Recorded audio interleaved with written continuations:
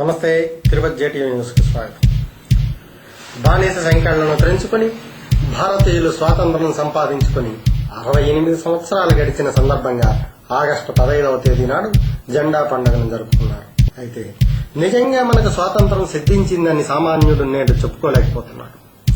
గత ప్రభుత్వ విధానాలు, వర్షాభావ పరిస్థితులు ఇలా చెప్పుకుంటూ పోతే పంటలు పండి కూరగాయలు ఇల్లు చేరేసరికి దాని మీద ఖర్చు తడిసి మోపిడవుతోంది. ప్రస్తుతం కూరగాయలు, పండ్ల ధరలు ఆకాశాన్ని అంటుతున్నాయి. ఏ వస్తువు తీసుకున్నా మార్కెట్లో అమ్మబోతే అడవి, కొనబోతే కొరవి సందంగా మారింది.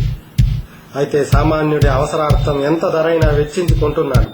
ప్రజలే దేవుళ్లు, ప్రజా సంక్షేమమే ధ్యేయం అని చెప్పుకుని నేడు అధికారంలోకి వచ్చిన ప్రభుత్వాలు ఆకాశంలో ఎగురుతున్న ధరలకు కళ్లెం వేసి సామాన్య వినియోగదారునికి అండగా నిలవాలని 68వ స్వాతంత్రం రోజున భారత పౌరులు కోరుతున్నారు.